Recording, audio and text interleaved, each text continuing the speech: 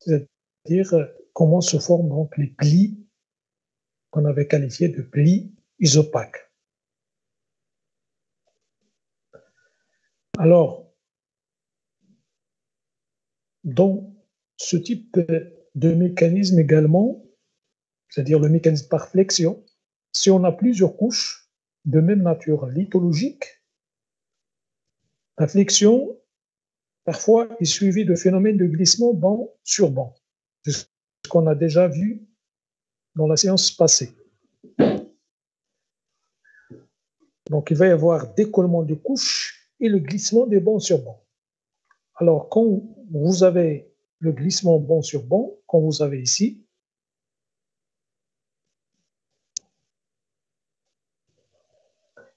c'est sur ce schéma-là. Donc ici, vous avez une pile de strates non déformées. Les strates, regardez, les strates ici sont horizontales, donc ils ne sont pas déformées. Donc l'état initial, si vous voulez, sans déformation. Mais quand ils subissent donc une compression, ils vont donc se déformer et donner des plis, bien un pli. Alors comme j'ai dit, ici, quand les couches présentent une même nature lithologique, la flexion peut engendrer le glissement des bancs sur bancs. Les flèches ici indiquent donc le glissement des bancs sur bancs. Alors, quand vous avez un glissement de banc sur banc ici, à la limite, c'est-à-dire au niveau des limites entre les couches, il va y avoir des phénomènes de friction et de frottement, ce qui va engendrer la formation d'istries. C'est ce qu'on avait appelé les stries de glissement quand on a étudié les failles, c'est-à-dire la tectonique cassante, les stries de glissement. Donc, il faut s'attendre également à trouver au niveau des flancs, des surfaces des flancs des plis, des stries de glissement quand il s'agit bien sûr donc de flexion suivie de phénomènes de glissement de banc sur banc. Donc ça, il faut le mettre dans la tête. Alors, on parle toujours de plis isopaques, mais aussi de plis parallèles. Parfois, donc, on parle de plis parallèles. Isopaques, c'est-à-dire parallèles.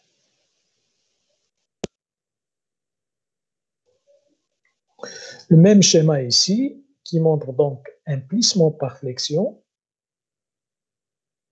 Et vous avez ici glissement des bancs, des couches, si vous voulez, les unes sur les autres. Par conséquent, comme je dis, il faut s'attendre à trouver donc les stries de glissement au niveau de ces flancs-là. Donc, on parle ici d'un pli isopaque ou bien un pli parallèle. C'est la même chose. L'exemple de cette photo-là, donc on l'a déjà vu. Pli isopaque ou bien pli parallèle, mécanisme de plissement, c'est par flexion. On peut avoir également un autre type de pli ou bien un autre type de plissement, si vous voulez, c'est ce qu'on appelle le plissement par disharmonie, la disharmonie. Alors, quand on parle de disharmonie, c'est-à-dire un plissement dans lequel on n'a pas une harmonie, c'est-à-dire on n'a pas une homogénéisation de plissement, si vous voulez. Il n'est pas harmonique. C'est pourquoi on l'appelle disharmonie. Alors, la disharmonie, tout simplement, c'est le fait pour des couches contiguës de s'être plissées de façon différente au cours d'une même phase tectonique.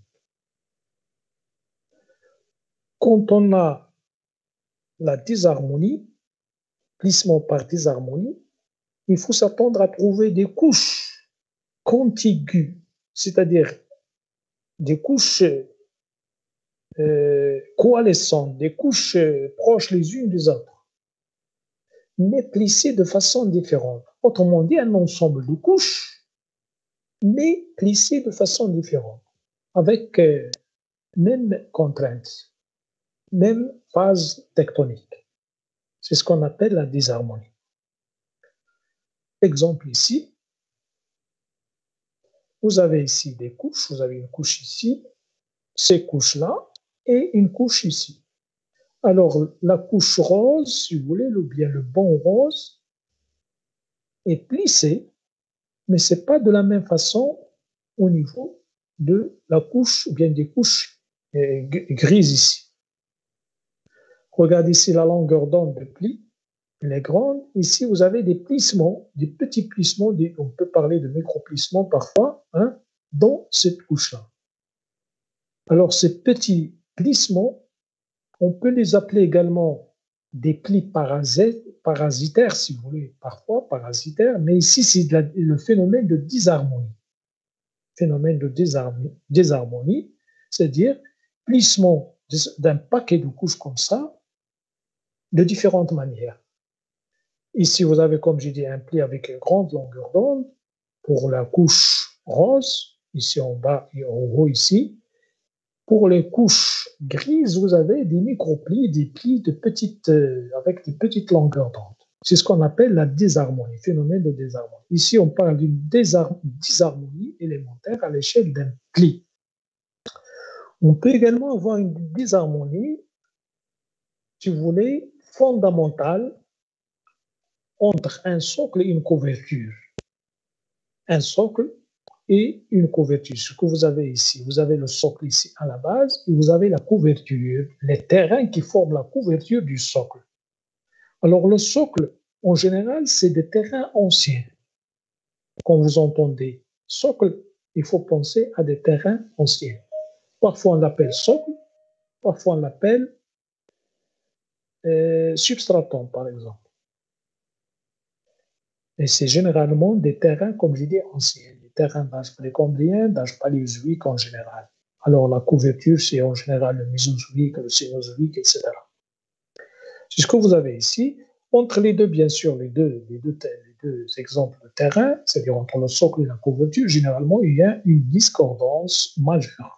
Une discordance majeure ici. Alors ici, on parle, regardez, donc ici, vous avez généralement la couverture subit un décollement sur le sol quand il y a une déformation. Et il y en a donc une dysharmonie, si vous voulez, fondamentale entre le socle et la couverture. Et bien sûr, on va avoir donc l'indépendance des plis de couverture par rapport au socle. Il va y avoir une indépendance. Indépendance des plis de couverture par rapport au socle, c'est-à-dire les terrains se plissent donc de différentes manières, de différentes façons. Voilà donc ce qu'on appelle une dysharmonie fondamentale.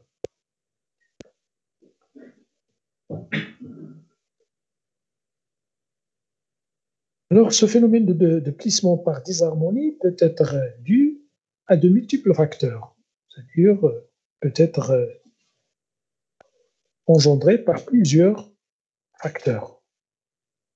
Le premier facteur, c'est la différence entre les longueurs d'onde de plissement en fonction de l'épaisseur des strates.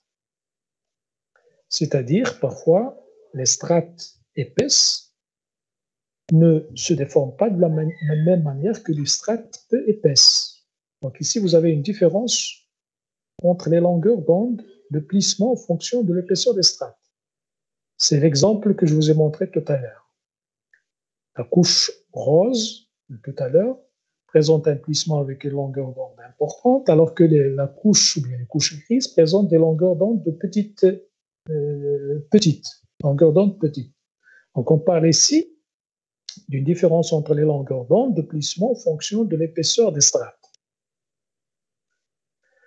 Deuxième facteur qui peut engendrer le phénomène de dysharmonie, c'est le raccourcissement plus accentué par pincement dans le cœur des plis, lorsqu'il y a peu de glissement couche sur couche.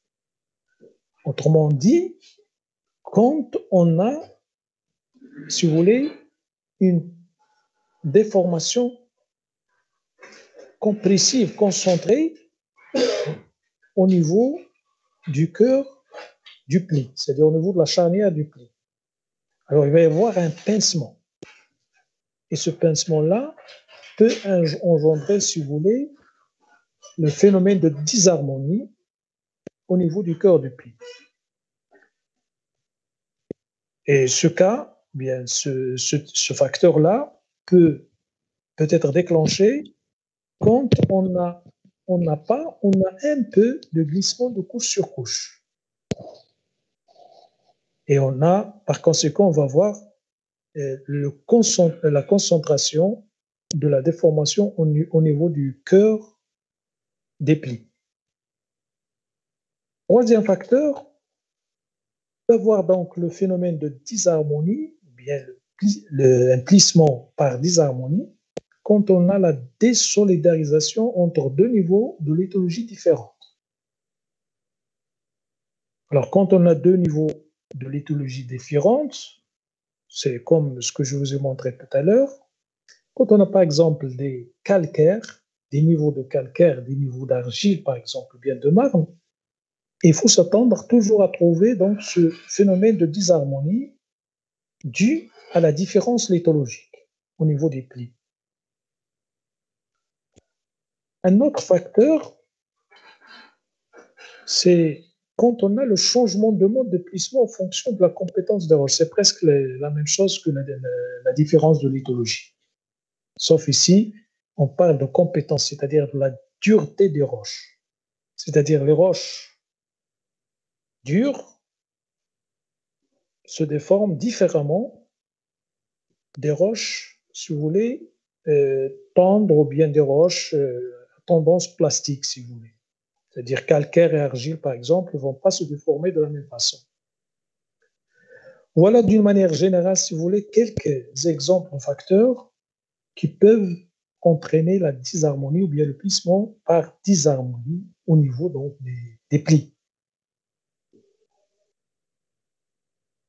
Alors, regardez cette photo. Ici, vous avez donc un pli de type anticlinal, si vous voulez, bien forme anticlinale. Alors, regardez les couches. Certaines couches sont plissées d'une façon normale ou bien d'une façon ordinaire, mais au niveau du cœur, le cœur du pli, on peut voir des couches qui présentent ce phénomène de disharmonie. Alors, la différence entre ces couches-là, les couches plissées d'une façon ordinaire, regardez, présentent une épaisseur très importante. C'est-à-dire, elles sont épaisses par rapport aux couches qui se trouvent en bas et qui occupent le cœur de cet anticlinal.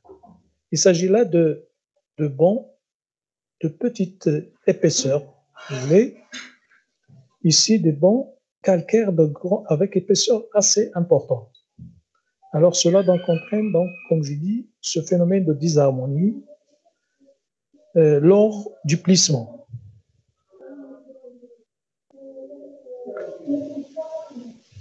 Alors la déformation cassante associée à la flexion. Souvenez-vous bien, quand on avait parlé de phénomène de plissement par flexion, j'ai dit que la déformation peut être concentrée au niveau des flancs, et on parle de plis isopaques à déformation des flancs. La déformation aussi, parfois, peut se concentrer au niveau de la charnière, et on obtient des plis isopaques à déformation de charnière.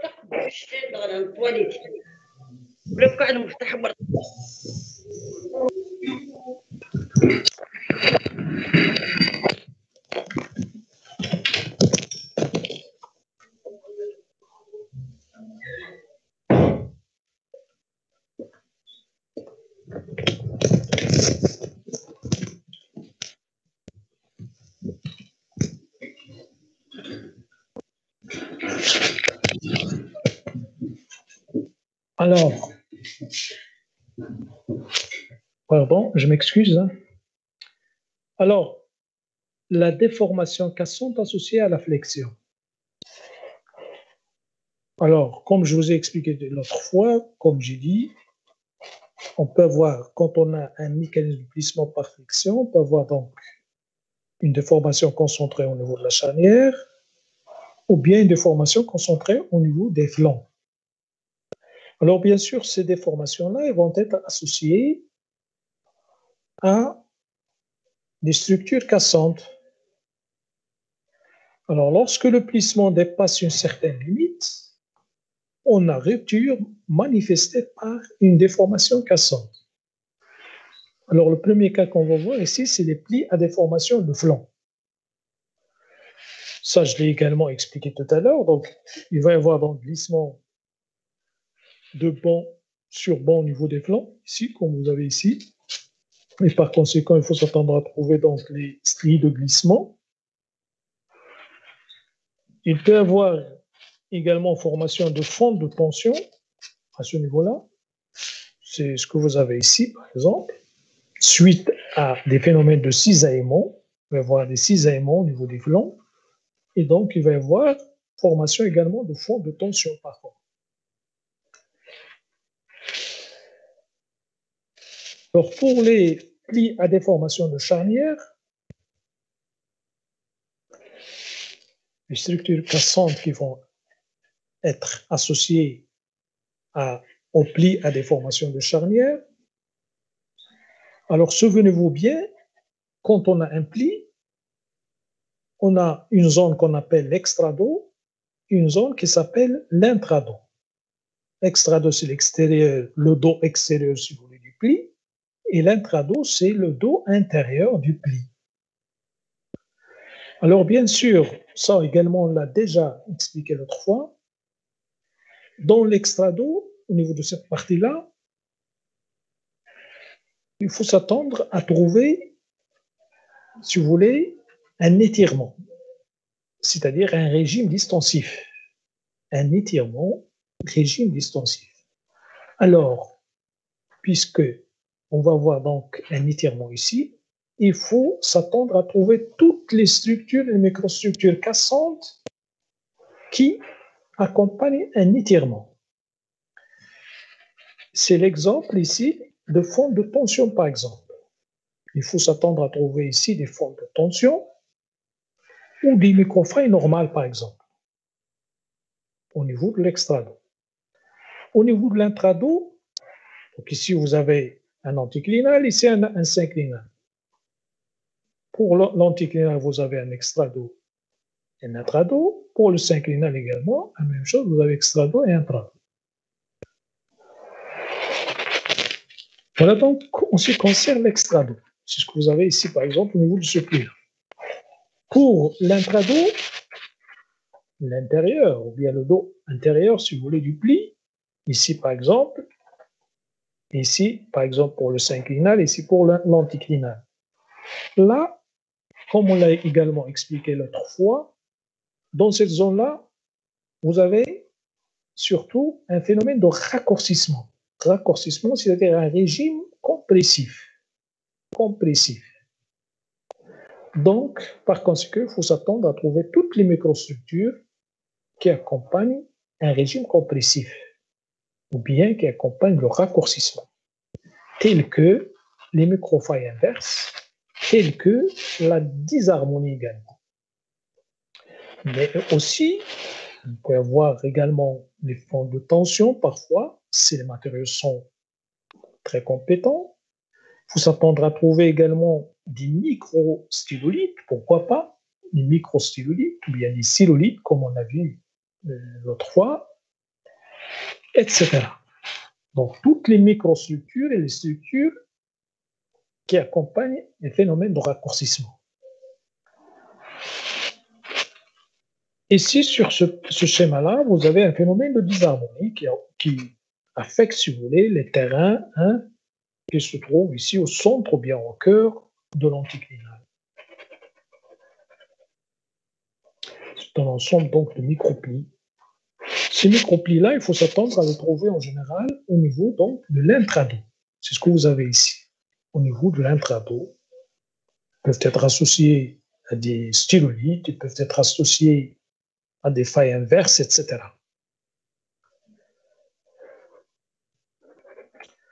C'est ce que vous avez ici. Donc, sur ce petit dessin, Alors ici, vous avez l'extra d'eau avec des fentes de tension. Ce que vous avez ici, c'est des fentes de tension. Ici, un intra d'eau avec des stylolithes.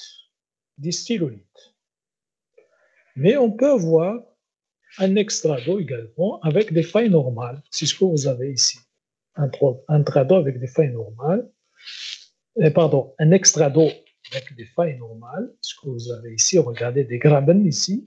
Horstgraben, c'est des petites, c'est pas des grandes failles normales, hein, c'est des petites failles normales.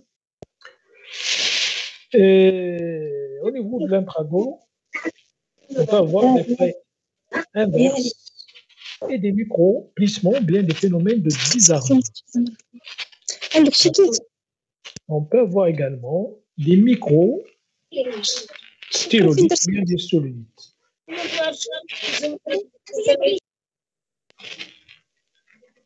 S'il vous plaît, désactivez vos micros, s'il vous plaît.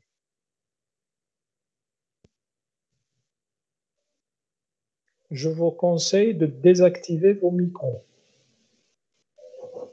pour ne pas perturber le cours.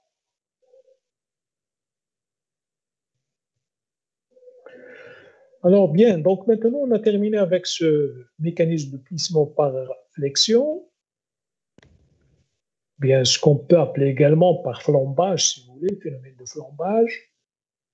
Et maintenant on va essayer de voir un peu le mécanisme de plissement par aplatissement. Aplatissement, bien cisaillement. Pardon, d'aplatissement, bien phénomène de cisaillement. Ce type de mécanisme forme ce qu'on appelle les plis anisopaques, ou bien ce qu'on peut qualifier de plis passifs. Pour le phénomène ou bien le mécanisme de flexion, on parle de plis isopaques. Pour le mécanisme d'aplatissement, bien de cisaillement, on parle de plis anisopaques ou bien plis passifs. Alors dans ce cas, l'épaisseur de la couche plissée n'est plus constante.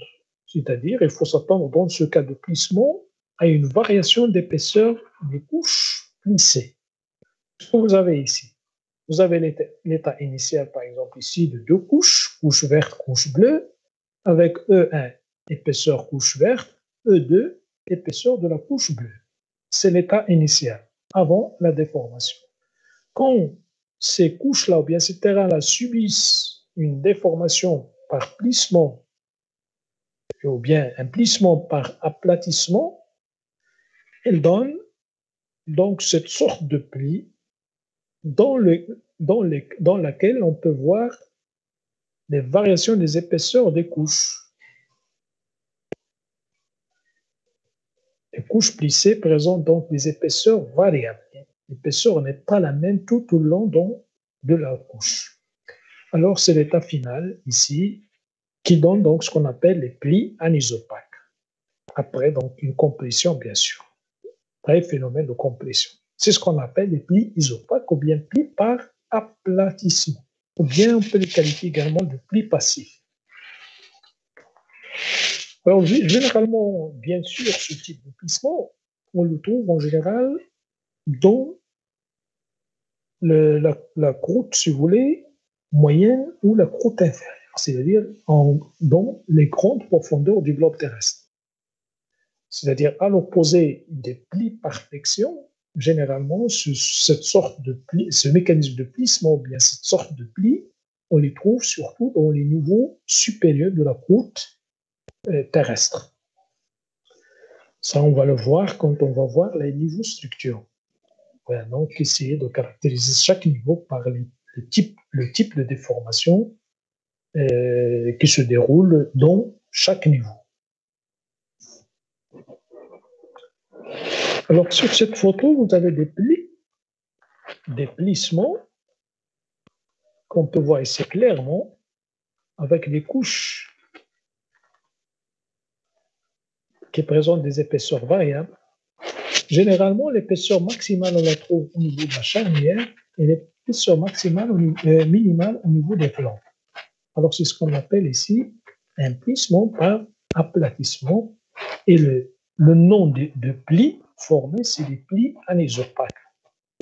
Ici, vous avez un plissement et vous avez ici un autre plissement. Alors, il s'agit là de la réponse ductile à une compression. L'épaisseur varie le long de chaque couche. Les couches ne sont pas cassées. Ici, il n'y a pas de structure cassante. On ne trouve pas de structure cassante qui accompagne ce phénomène de plissement. Ce qu'on a, c'est surtout donc le champ, c'est-à-dire la variation de l'épaisseur de la couche, ce qui montre ici, si vous voulez, qu'il s'agit là d'un matériau ductile, c'est-à-dire c'est un matériel qui n'est pas très compétent. Il est ductile, c'est pourquoi donc il subit donc cette sorte de plissement et donc cette sorte de pli avec une charnière épaisse et des flancs amincis ou bien peu épais. Et on obtient donc, comme je dis, des couches plissées avec des variations d'épaisseur.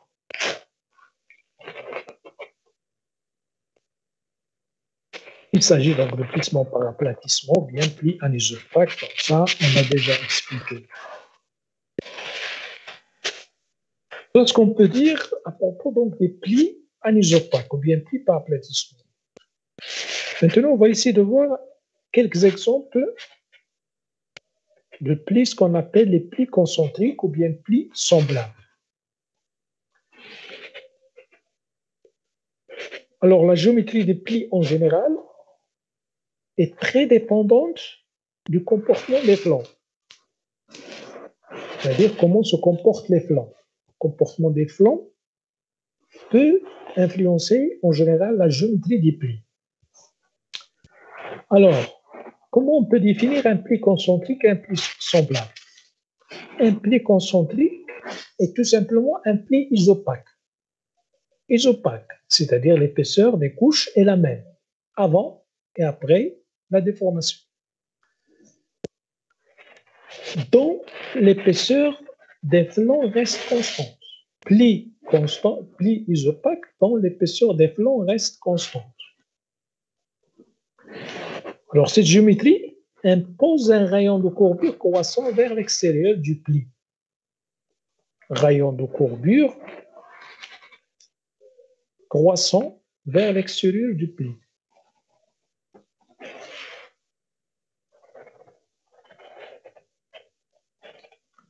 C'est-à-dire,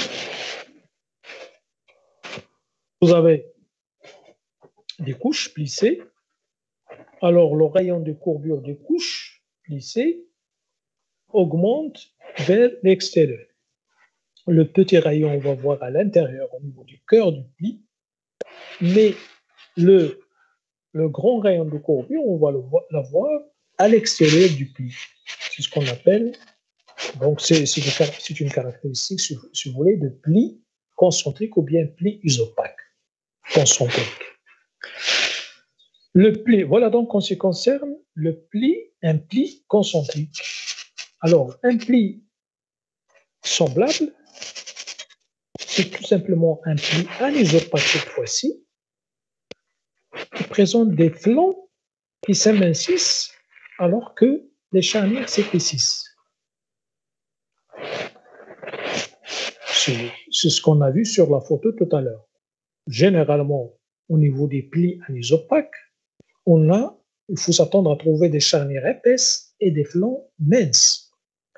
Alors ici, un pli est dit anisopaque de type semblable,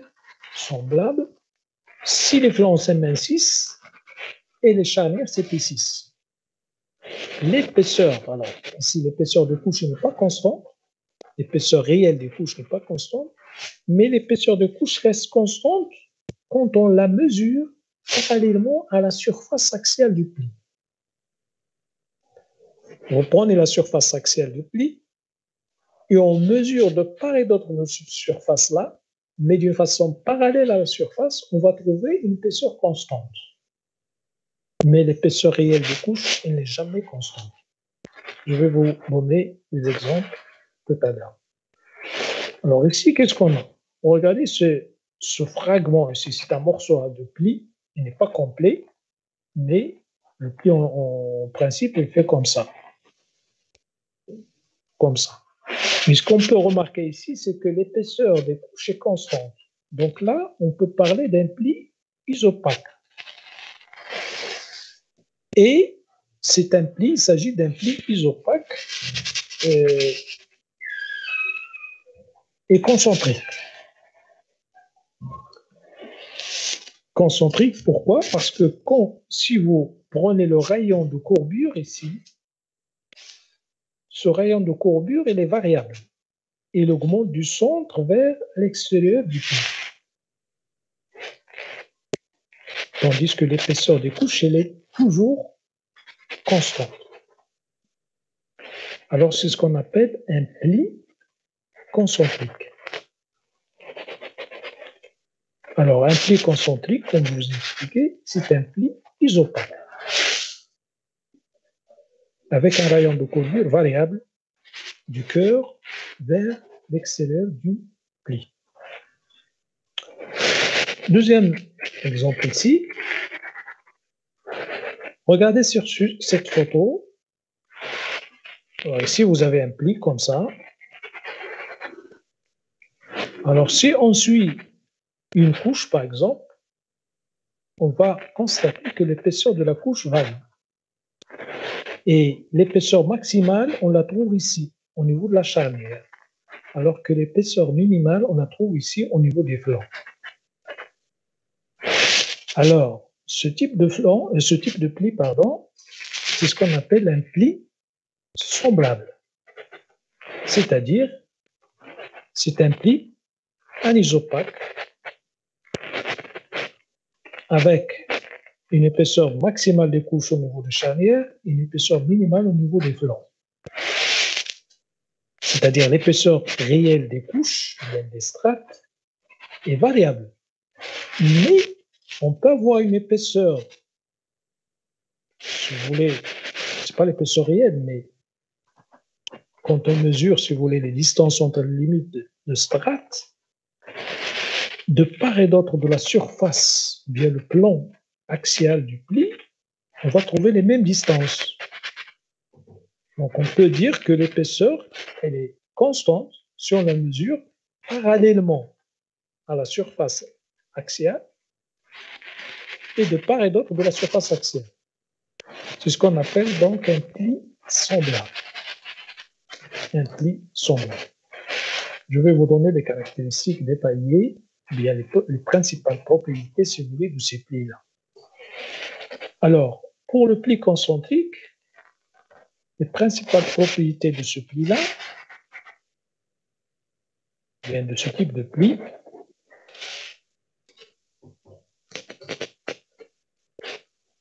alors, regardez cette photo.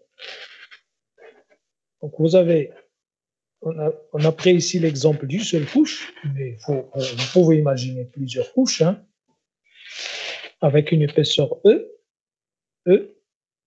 l'épaisseur de la couche. Alors, quand cette couche-là subit une flexion, elle va donc donner, si vous voulez, un pli isopaque, ici, avec donc la même épaisseur partout après déformation. Vous avez E ici avant déformation et E ici, c'est la même après déformation. Alors, ce qu'on remarque ici, vous avez ici cette ligne en pointillé. C'est ce que ce que j'ai déjà expliqué avant. C'est ce qu'on appelle la ligne neutre. La ligne neutre, je vous rappelle, il s'agit d'une ligne qui forme la limite entre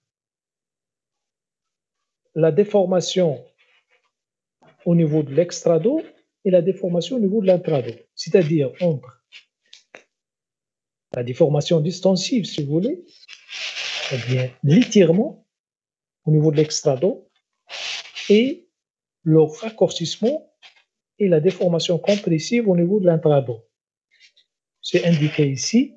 Sur cette photo, vous avez secteur en extension et vous avez le secteur en compression. Donc la ligne neutre, c'est une ligne où il n'y a ni compression ni extension. C'est pourquoi on l'appelle ligne neutre. La ligne neutre. Alors, revenons maintenant aux propriétés principales, si vous voulez, de pli concentrique. Alors, la première propriété, c'est que le caractère concentrique impose des déformations au sein des bancs. On distingue alors des secteurs, comme je viens de l'expliquer, des secteurs en dilatation à l'extérieur, au niveau de l'extrado, et une compression à l'intérieur de l'intrado. L'intrado des bancs, bien sûr. Intrado, extrado des bancs. Alors, ces zones ou bien ces secteurs sont séparés par une ligne neutre, le long de laquelle il n'y a ni extension ni compression. Alors, l'extension dans l'extrado du couche, dans le cas de séries calcaires, est souvent matérialisée par des fonds de tension remplis en général par la calcite. Ils peuvent être remplis, peuvent être vides. Mais s'ils sont remplis, quand il s'agit donc de terrain calcaire, généralement les fonds de tension sont remplis par des carbonates. Voilà donc la première propriété, si vous voulez. Deuxième propriété de ces plis et de ce phénomène de plis concentrique, généralement l'empilement de plis concentriques est imparfait. Il ne peut être infini.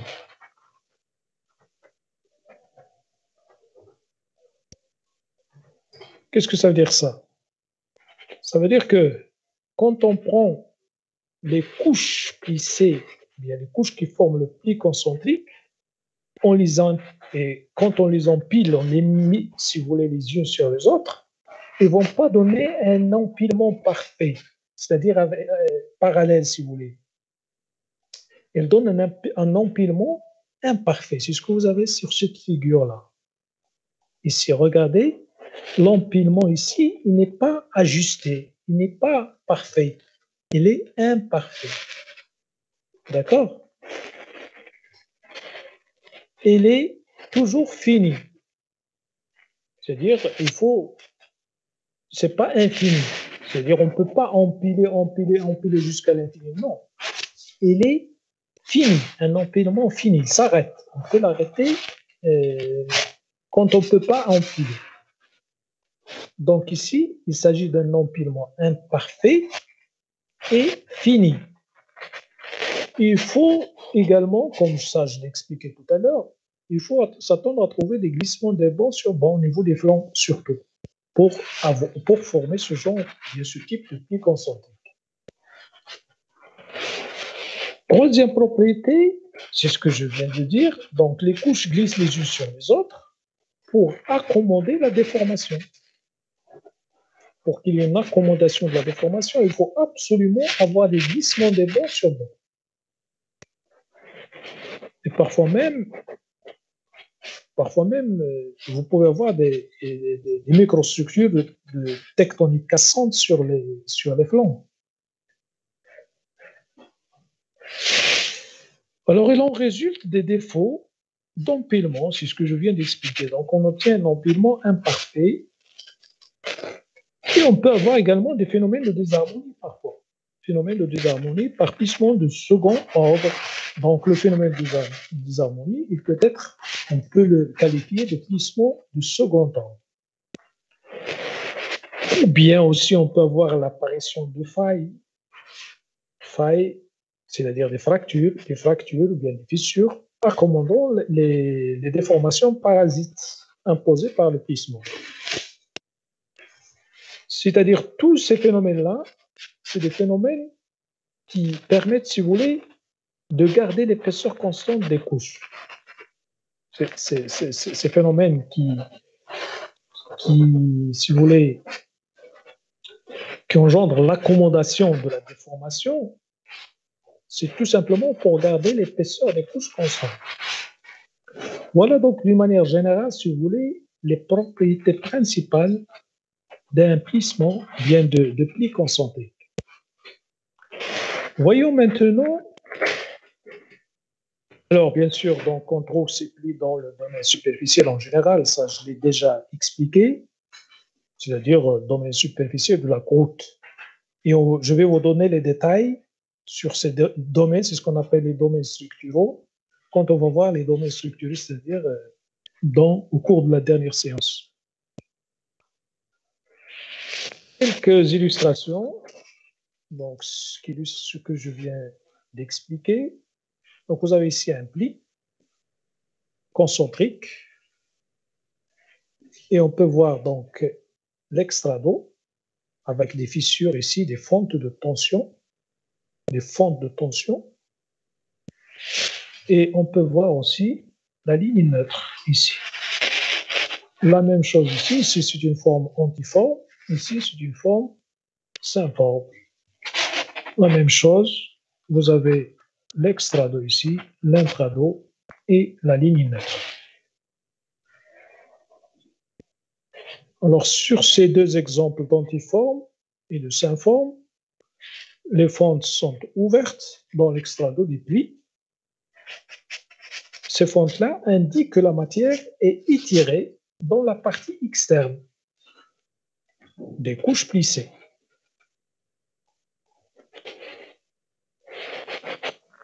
C'est-à-dire, il y avait ici un étirement au niveau donc, de l'extrado du pli.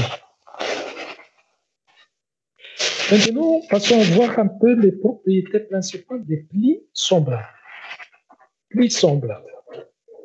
La même chose que tout à l'heure, si on considère ça une couche, si vous voulez, on va prendre l'exemple d'une seule couche, avant déformation, c'est-à-dire l'état initial, après déformation par aplatissement, bien sûr, on va voir cette forme-là. Compression, plissement par aplatissement, on obtient donc un pli de cette forme-là. Alors, regardez le pli ici, il présente une charnière épaisse et des flancs minces et un peu épais. Alors là, vous avez étirement des flancs et vous avez cette fois-ci le rayon de courbure ou bien la courbure des limites des bancs est égale. À n'importe quel point, la courbure est constante, est la même. Alors, dans ce cas de pli semblable, comme vous voyez ici, on peut avoir un empilement parfait. Regardez l'empilement des couches ici. Il est parfait, c'est-à-dire les limites sont parallèles. Les limites des bancs sont parallèles. Donc, on obtient un empilement parfait. Et qui peut être infini. On peut empiler jusqu'à l'infini. Pas de problème. Ce n'est pas comme les plis concentriques. Alors ici, ces plis ne laissent pas de volume libre entre eux. Comme je dis, donc vous avez le même rayon de courbure, donc les limites ici sont parallèles. Donc pas de volume vide, pas de vide entre les couches. Ils apparaissent dès que les flancs peuvent s'amincir de façon significative et se développent donc dans le domaine aréologie ductile. C'est-à-dire ici, on est dans un domaine où les terrains ou bien où les couches sont ductiles. C'est-à-dire on peut dire qu'ils sont donc, présentent un caractère souple. Ils sont, si vous voulez, souples. Ce n'est pas comme les plis concentriques. Les couches ou bien les terrains ne présentent pas ce caractère ductile. Il s'agit de terrains relativement compétents pour les plis concentriques.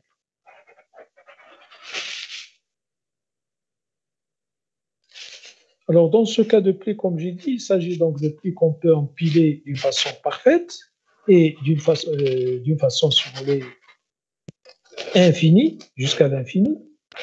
Les plis, bien sûr, sont reproduits par translation. On peut les reproduire par translation.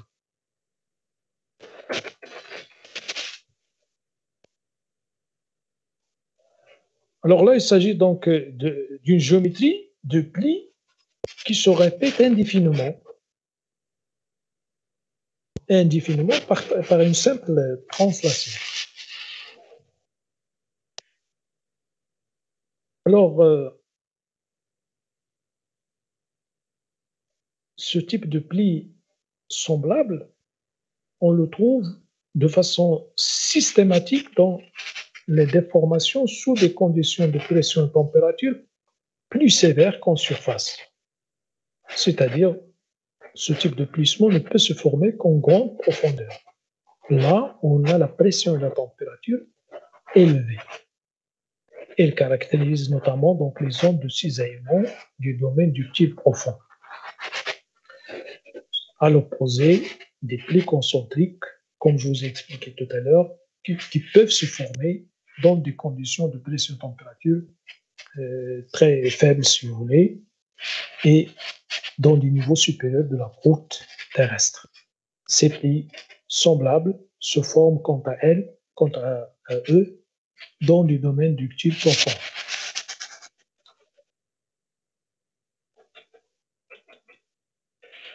Quelques illustrations. Regardez ici ces plis sur cette photo. Vous avez amincissement du flanc et épaississement des charnières qui permettent donc aux plis semblables de s'emboîter les uns dans les autres. Ici, donc, on peut les empiler, peuvent être emboîtés, si vous voulez, les uns dans les autres, sur des épaisseurs importantes. Alors là, il s'agit donc de plis semblables. Sur cette photo-là, la même chose. Il s'agit de plis semblables. Regardez les charnières ici. La charnière épaisse par rapport au flanc. Regardez ce que j'ai marqué en tiret bleu. Si c'est un ensemble de terrain, épais au niveau de la charnière et mince au niveau des flancs. En tiret rouge, vous avez le plan axial, ou bien la surface axiale du plan. Alors, si on mesure les distances de part et d'autre de cette surface-là, on va voir, c'est ce que j'ai appelé tout à l'heure, les épaisseurs de part et d'autre de la surface axiale ou bien du plan axial. On va trouver les mêmes distances. Ce que j'ai marqué ici par des traits jaunes. Regardez cette distance-là. Si je la compare à celle-là, c'est la même. Celle-là, par rapport à celle-là, c'est la même. C'est pourquoi j'ai dit tout à l'heure les épaisseurs, mais ce n'est pas des épaisseurs réelles. Hein. C'est les distances entre les limites de couches de part et d'autre de la surface axiale. Sont les mêmes, mais l'épaisseur de la couche varie. C'est-à-dire l'épaisseur réelle de la couche varie tout au long de la couche. C'est parmi donc, les propriétés, si vous voulez, des plis semblables. Voilà, donc on a terminé avec ce chapitre. On va passer au chapitre suivant.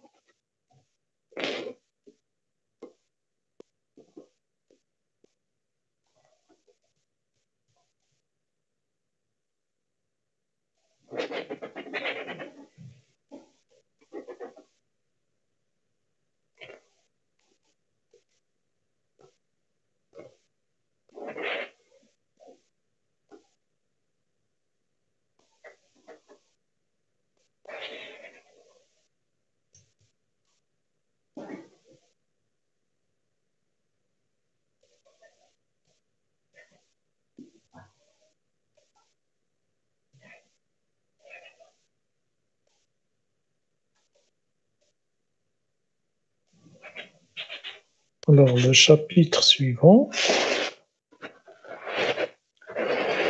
Dans ce chapitre, on va essayer de voir les marqueurs de la déformation du tir. Comme on a vu dans la première partie, les marqueurs de la déformation cassante, dans cette partie, on va également voir les marqueurs de la déformation ductile.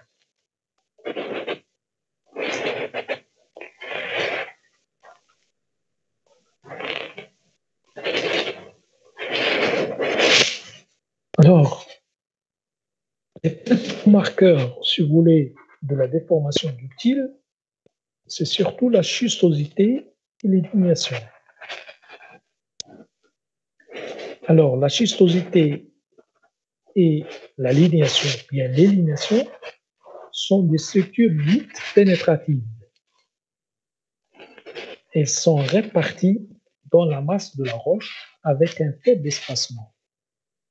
Là, il s'agit de structures ou bien de microstructures qui accompagnent la déformation inductive. Alors, on les qualifie de structures pénétratives car elles affectent toute la roche. C'est-à-dire, elles affectent même, si vous voulez, l'intérieur des couches du terrain. Il affecte la surface, mais il affecte également l'intérieur. C'est pourquoi on les appelle structures pénétratives.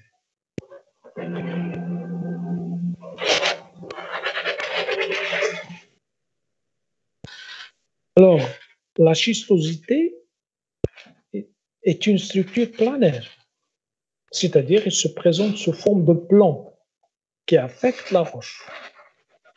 Après la déformation, bien sûr, la déformation inductive. Donc, il s'agit là de structures planaires. Il faut faire attention. Donc, pour déterminer les caractéristiques ou bien les propriétés géométriques de la schistosité, toujours il faut penser à déterminer la direction et le pondage des plans de schistosité. Tandis que les lignations sont des microstructures linéaires, c'est-à-dire qu'elles se présentent sous forme de lignes. Donc, pour déterminer leurs propriétés géométriques, il faut penser à déterminer l'azimut, le plongement et le pitch. Ça, donc on l'a déjà vu dans la première partie, quand on a parlé donc des structures, des microstructures, bien des structures linéaires qui accompagnent la déformation cassante. Donc ça, il faut le mettre dans la tête. Donc schistosité, structure planaire, propriétés géométriques, direction, pondage, l'élimination, structure, bien microstructure linéaire. Propriétés géométriques, c'est l'azimut, le plongement et le pitch. L'azimut, c'est l'équivalent de la direction, si vous voulez, pour les structures planaires. Plongement et pitch, c'est l'équivalent, si vous voulez, du pondage pour les structures planaires. Alors, sur ce schéma-là, vous avez une structure plissée, avec ici une forme antiforme, c'est-à-dire un anticlinal, ici une forme synclinale, ou bien une forme synforme. Alors, regardez ici, on qualifie de S0 la stratification, c'est-à-dire les limites de stratification, ce qu'on appelle S0. Limite de stratification, c'est-à-dire le mur et le toit des terrains, des strates ou bien des couches. S0. S1, c'est la schistosité. La schistosité. Alors, regardez les plans de la schistosité ici. Il affecte donc cette structure plissée. Alors, grosso modo, ces plans de schistosité ici sont parallèles au plan axial du pli, de l'anticlinal et du synclinal ici.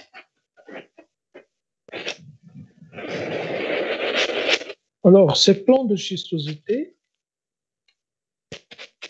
ils subissent parfois ce qu'on appelle donc ils subissent des déviations ils subissent des déviations selon la compétence des terrains. Si par exemple on a des terrains fragiles, bien des terrains, si vous voulez, tendres et des terrains durs, la schistosité, quand elle traverse ces terrains-là, va se comporter différemment. C'est ce qu'on appelle ici, regardez au niveau de ce banc calcaire, par exemple, vous imaginez ça, c'est un banc calcaire. Ici, c'est des argiles ou bien des marnes. Alors, la schistosité ici, elle est parallèle Mais quand elle arrive au niveau du banc calcaire, il va subir une déviation. C'est ce qu'on appelle donc une réfraction de la schistosité. Ça, on va le détailler par la suite. Alors, pour ces marqueurs donc, de tectonique ductile, on va commencer à voir les marqueurs de l'aplatissement. Les marqueurs de l'aplatissement. C'est ce que je viens d'expliquer. Vous avez les marqueurs de l'aplatissement, c'est surtout la schistosité et la foliation. Donc, on va voir ces deux types de marqueurs, la schistosité et la foliation. La schistosité et la foliation.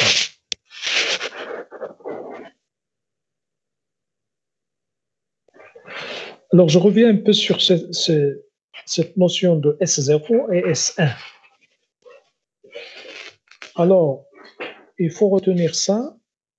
S0, c'est la stratification, c'est-à-dire les limites de stratification, les limites des bancs,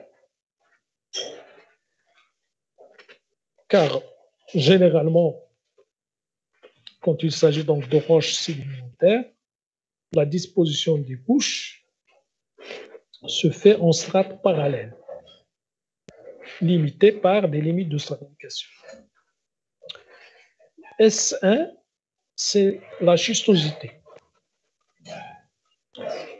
La schistosité, tout simplement, c'est un feuillage plus ou moins serré, acquis sous l'influence de contraintes tectoniques, sans que la roche perde sa cohésion interne.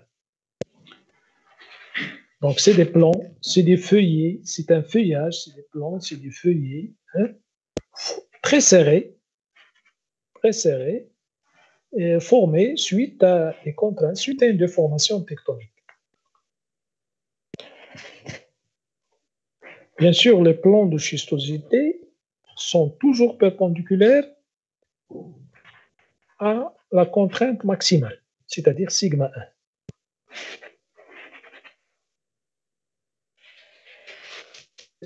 Comme je vous ai expliqué tout à l'heure, la schistosité peut présenter ce qu'on appelle une réfraction.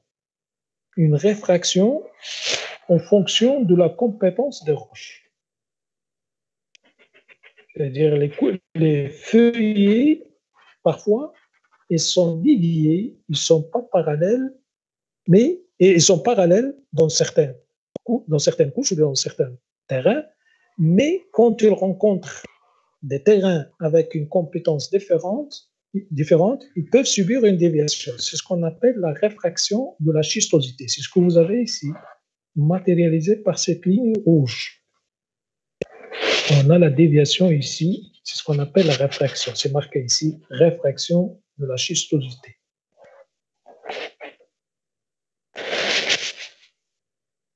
Ici, une photo qui montre donc un plissement. Alors, le type de pli ici, c'est un pli semblable, pli anisopaque semblable.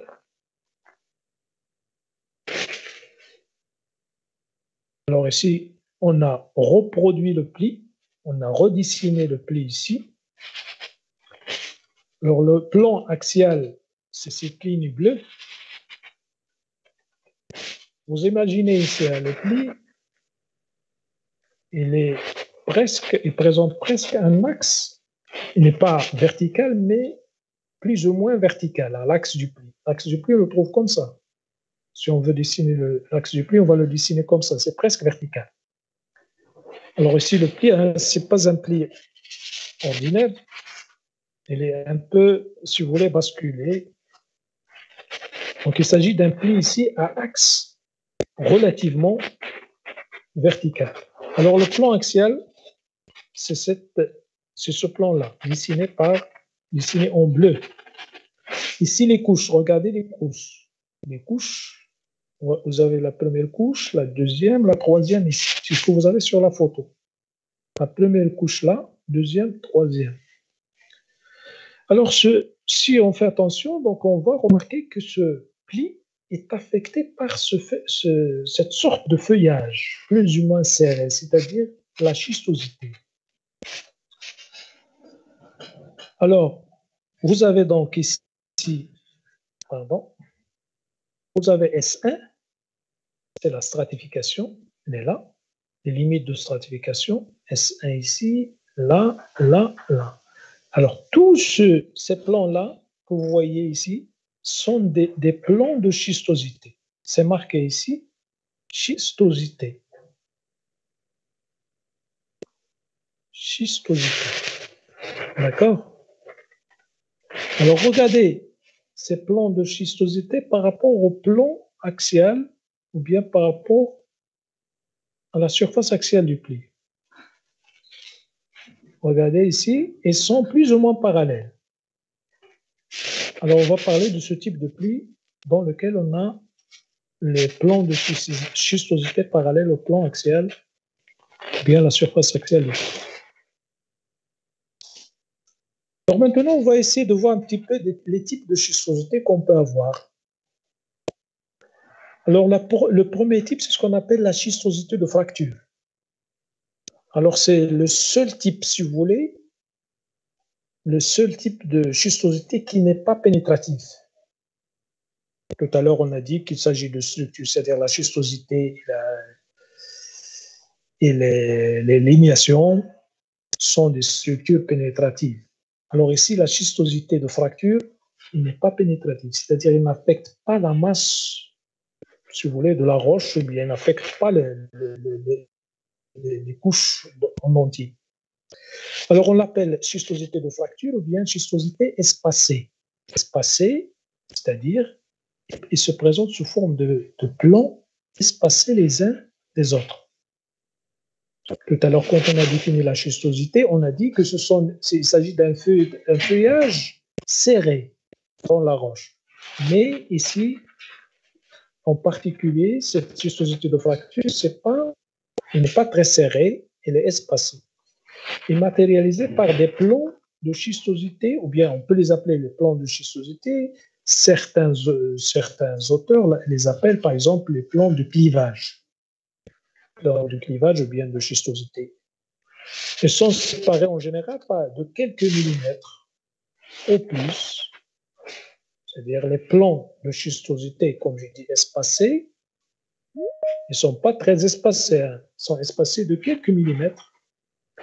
Alors, ces espacements délimités par les plans de schistosité, on les appelle les microlithons. Alors, il s'agit là de volumes indemnes de schistosité, c'est-à-dire qu'ils ne sont pas affectés par la schistosité. C'est pourquoi donc on parle d'une schistosité de fracture espacée. C'est-à-dire il y a des espaces, il y a des volumes dans la roche qui ne sont pas affectés par la schistosité. Alors ces volumes-là non affectés par la schistosité, on les appelle des microlithons. Microlithons. C'est ce que vous avez sur cette photo-là.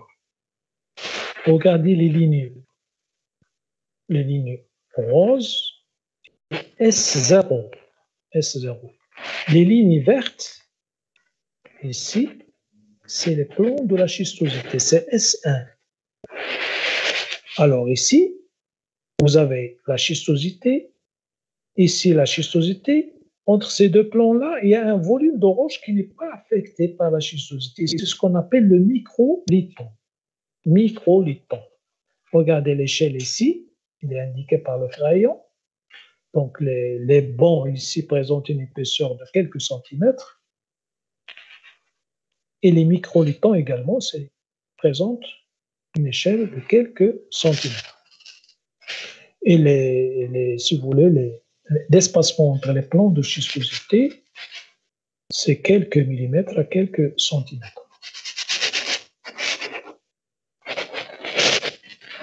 Voilà donc ce qu'on appelle la schistosité de fracture. C'est des fractures, se présentent comme des fractures, des plans de fracture qui affectent donc les terrains.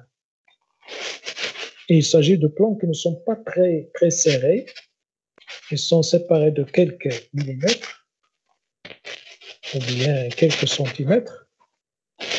et des limites, comme j'ai dit, des volumes non affectés par la schistosité, ce qu'on appelle les microlithons. Deuxième type de schistosité, c'est la schistosité de crénulation. Schistosité de crénulation est une schistosité espacée également, où le litage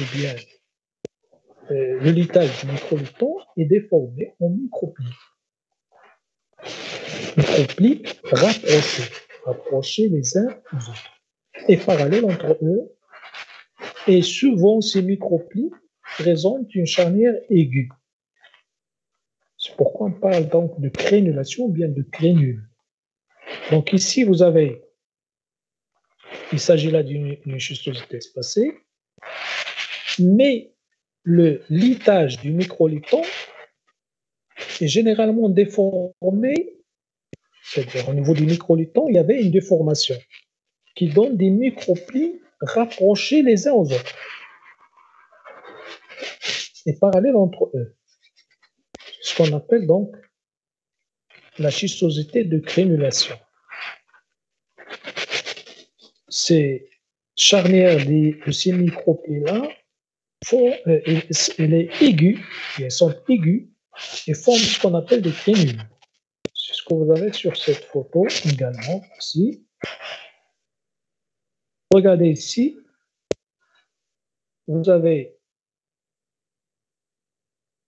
les plans de schistosité, vous avez des microplissements au niveau des microlithons. C'est indiqué ici crénulation ou microplis. Microplis ici. Les plans de schistosité, vous les avez ici. Ici, c'est un échantillon redessiné. Ici, c'est vu au microscope. C'est très petit ici. Donc, c'est cette sorte de micropli microscopique. Ici, comme vous voyez, forme ce qu'on appelle des microplis ou bien des crénulations. Et ici, vous avez des plans de schistosité. Les plans de la schistosité.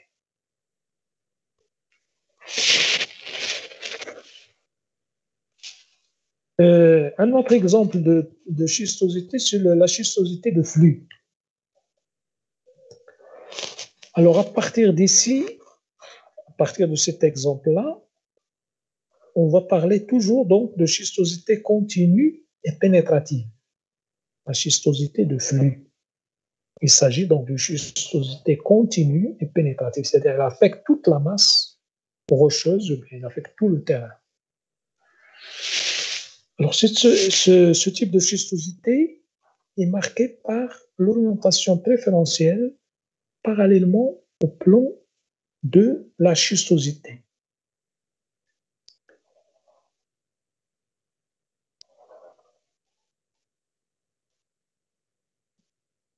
C'est-à-dire ici, ce type de schistosité de flux, il est marqué par l'orientation préférentielle des minéraux et principalement les philites, c'est-à-dire des micas, des argiles,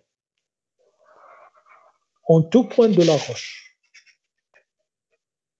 C'est-à-dire quand vous avez la schistosité de flux, il faut s'attendre à trouver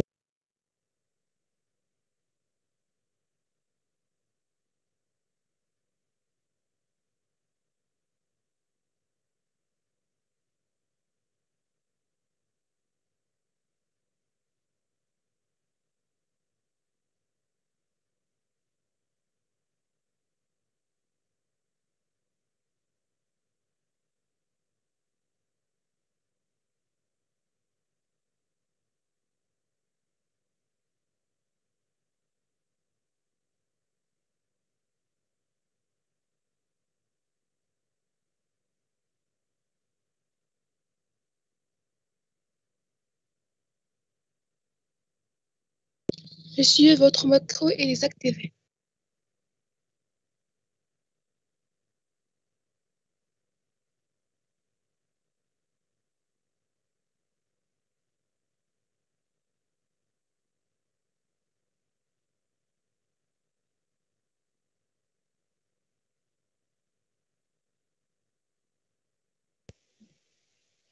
Ah oui, le micro est désactivé. Vous m'entendez maintenant?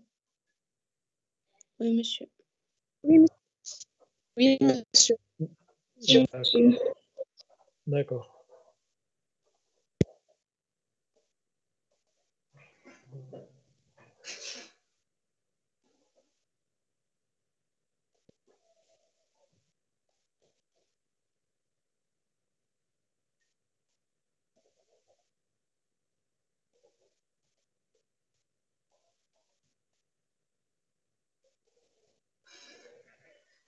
Est-ce que vous arrivez à voir ce que je vous ai projeté, ce que j'ai partagé? Oui, monsieur. Oui, monsieur. Oui, monsieur. Oui. D'accord.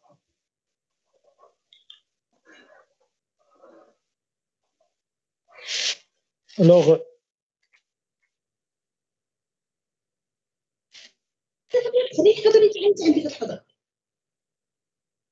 vous avez suivi l'explication de ce diapo-là? Il y avait le son? Oui, monsieur. Oui. Oui, monsieur. Alors, à partir de quelle diapositive vous m'entendez pas? Ici, vous m'avez entendu? Explication, ici. À partir de schistosité de flux. Ah, donc juste à partir de la schistosité de flux. Oui. Oui, monsieur. D'accord. Voilà, donc voilà ici. Vous avez donc le type de la schistosité de flux. Alors, comme j'ai dit, il s'agit d'une schistosité continue et pénétrative. Donc, à partir de ce type-là, tous les autres types vont être des types, si vous voulez, de schistosité continue et pénétrative. Tout à l'heure, quand on a vu, par exemple, la schistosité de fracture, donc ici, il ne s'agit pas de schistosité pénétrative, elle est espacée. La schistosité de crénulation, là également, il s'agit d'une schistosité espacée. Mais ici, on peut parler de pénétrative, hein, parce qu'il peut affecter toute la roche. Hein. Mais il s'agit d'une schistosité espacée. À partir de la schistosité de flux, ici, à partir d'ici, donc on va parler de type de schistosité continue et pénétrative. Alors, j'ai dit que cette schistosité de flux, elle est généralement marquée par l'orientation préférentielle des minéraux. C'est-à-dire, on va trouver des minéraux qui sont tous les minéraux présents dans la roche, et plus particulièrement les micas, les argiles, par exemple, qui vont être orientés parallèlement au plan de la schistosité. D'accord? Alors, cette schistosité de flux, on l'appelle la schistosité ardoisière. La schistosité ardoisière, ou bien certains auteurs l'appellent également le clivage ardoisière. C'est-à-dire, si vous connaissez, dans le temps, on utilise des ardoises. Des ardoises,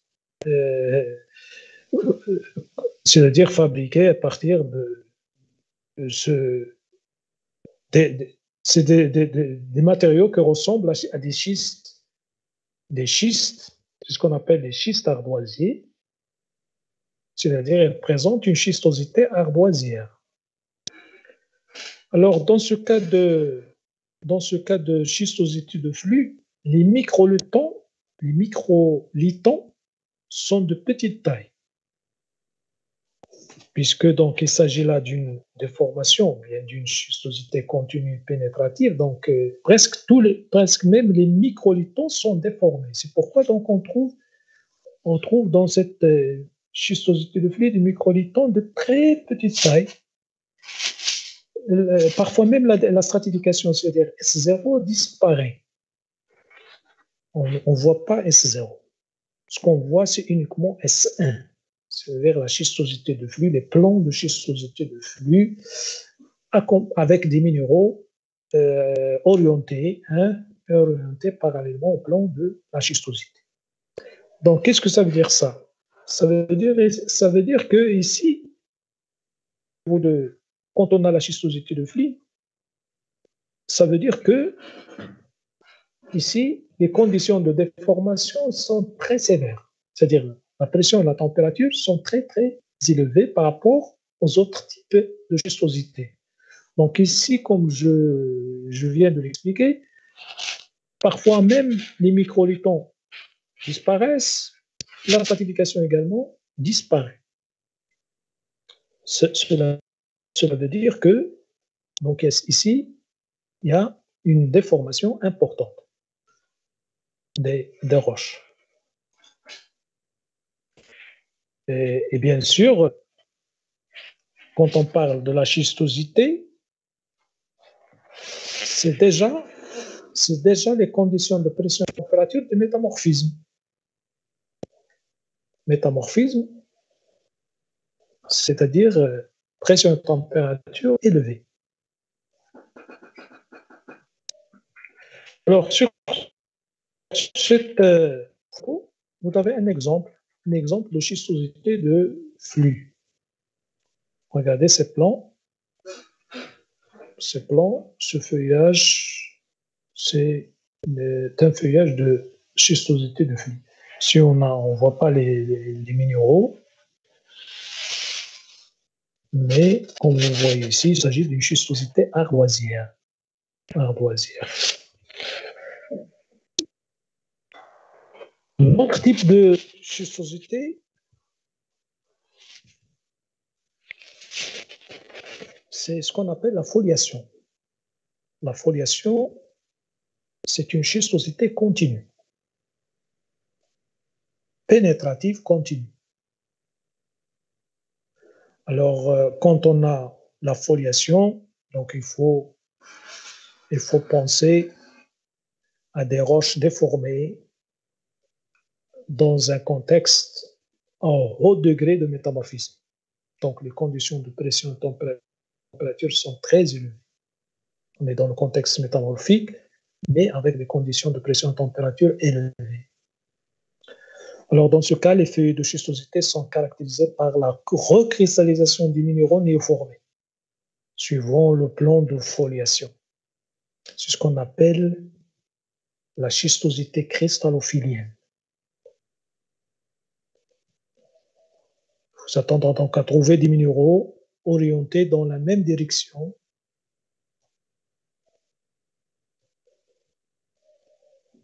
Généralement, il s'agit de minéraux métamorphiques qu'on peut voir à l'œil nu.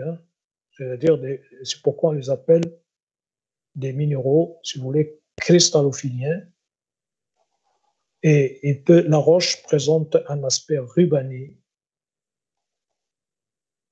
C'est-à-dire, quand on coupe, par exemple, un morceau de roche, on va voir qu'il présente un aspect rubané, c'est-à-dire sous forme de ruban. Cet aspect rubané, il est matérialisé, si vous voulez, par cette orientation de minéraux recristallisés et néoformés, c'est-à-dire les minéraux métamorphiques. Bien des cristaux métamorphiques visibles à l'œil nu. On peut les voir, de gros cristaux qu'on peut voir à l'œil nu. C'est ce qu'on appelle donc la foliation, bien schistosité, bien la schistosité cristallophilienne.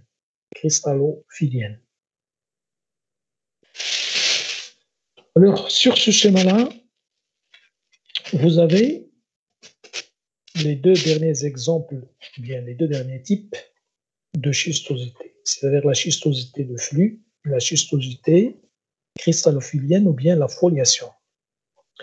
Alors, cette figure, la première figure ici, c'est l'état initial, c'est-à-dire les roches avant déformation, c'est-à-dire avant de subir aucune déformation, l'état initial.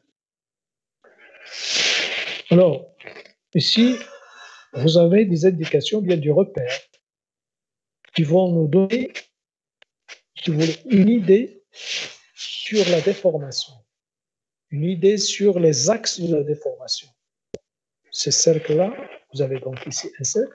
Vous avez cette bande noire. Vous avez ce cercle. Vous avez ce cercle. Ce cercle ici sur cette face-là et un autre cercle sur l'autre face du haut. Alors, après la déformation, si on arrive donc à déformer la roche par une schistosité de flux, c'est-à-dire si on arrive donc au stade de schistosité de flux, voilà ce qu'on va voir. Cette roche-là, l'état initial ici, il va donner cet état après déformation. Regardez la bande noire, elle s'est élargie vers le haut et vers le bas. Regardez le cercle également, il s'est déformé et il a donné donc un ellipse ou bien un ellipsoïde. La même chose, ce cercle dont. Et regardez donc les plans de schistosité. Ici, regardez les plans, s'ils sont parallèles. Cela veut dire que vous avez un étirement comme ça, verticalement. Un étirement verticalement nécessite donc une contrainte maximale horizontale, ici. Pour ce cas de figure, hein, contrainte maximale va être comme ça. Donc vous avez le raccourcissement horizontal et vous avez l'allongement vertical, bien évidemment vertical. Ici, c'est la schistosité de flux. Pour la foliation, il y a la schistosité cristallophilienne. La caractéristique la plus importante ici, c'est l'aspect rubané et la présence de cristaux. C'est ce qu'on appelle les phénoblastes, c'est-à-dire les cristaux de grande taille. Les phénoblastes. Alors, vous avez le plan de schistosité. Alors, le plan de schistosité, pour ne pas l'oublier, hein, il faut le fixer dès maintenant, le mémoriser dès maintenant. Le plan de schistosité correspond au plan XY. Hein. Le plan de schistosité correspond toujours dans l'ellipsoïde de déformation. Elle est toujours parallèle au plan X. C'est ce qu'on a noté ici. Regardez, plan de schistosité XY. La même chose ici, plan de schistosité XY.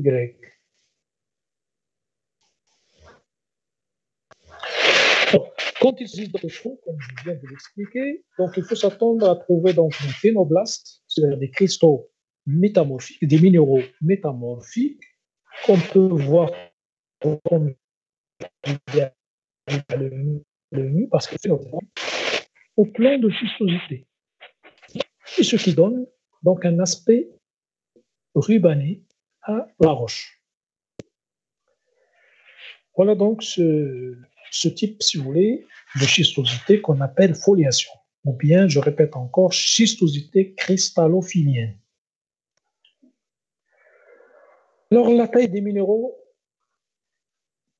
varie selon le type de la roche. Alors, pour les gneiss, par exemple, la taille de ces minéraux peut arriver jusqu'au centimètre. Il peut avoir une longueur d'1 centimètre. Pour les micaschistes, par exemple, fins, on peut avoir une taille de minéraux de l'ordre millimétrique. C'est-à-dire des micaschistes très fins, donc les minéraux, bien les phénoblastes, présentent des dimensions de quelques millimètres. Alors regardez toutes ces roches-là, gneiss, schiste, micaschiste, ce sont des roches métamorphiques.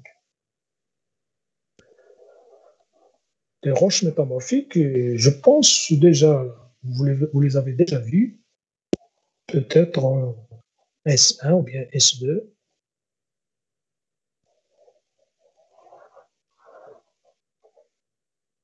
Alors, le caractère spécifique de la foliation est la différence pétrographique nette des différents feuillets. Cela se traduit par une alternance de feuillets clairs et foncés. Je rappelle encore donc l'aspect rubané ici de la roche.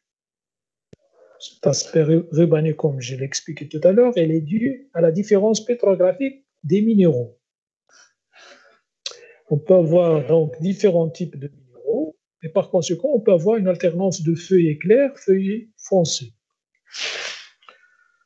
Alors, on retrouve ce type de schistosité dans ce qu'on appelle les migmatites, les micaschistes, et plus typiquement dans les gneiss et les mylomètres. Toutes ces roches-là sont des roches métamorphiques.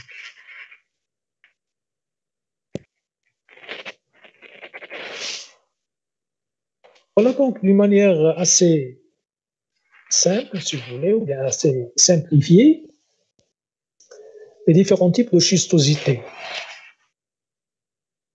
à savoir la schistosité de fracture, la schistosité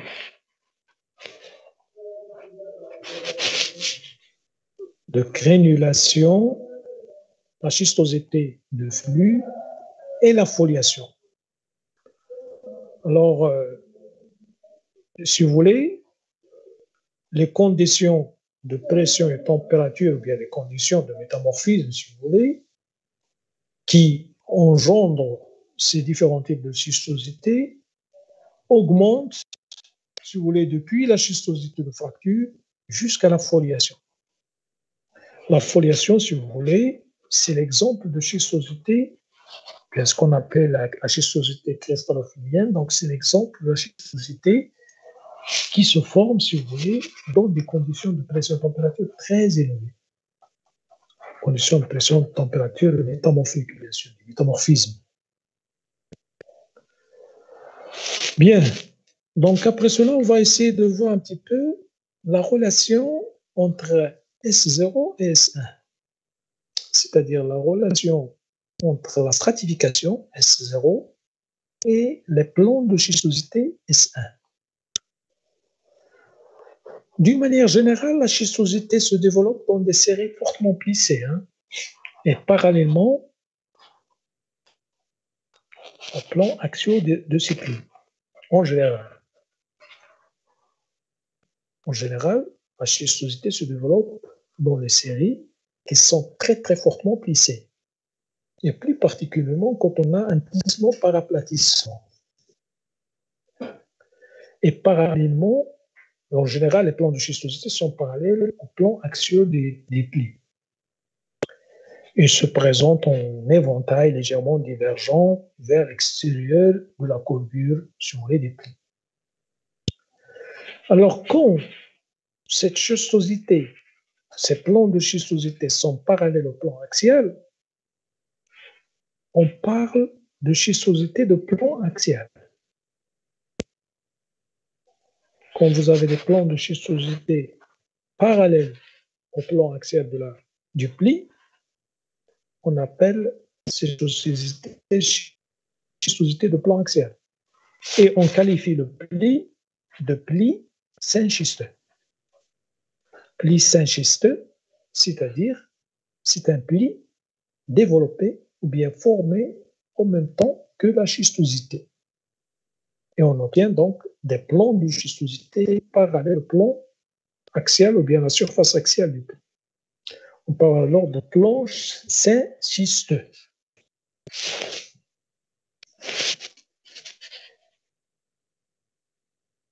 Alors regardez ce pli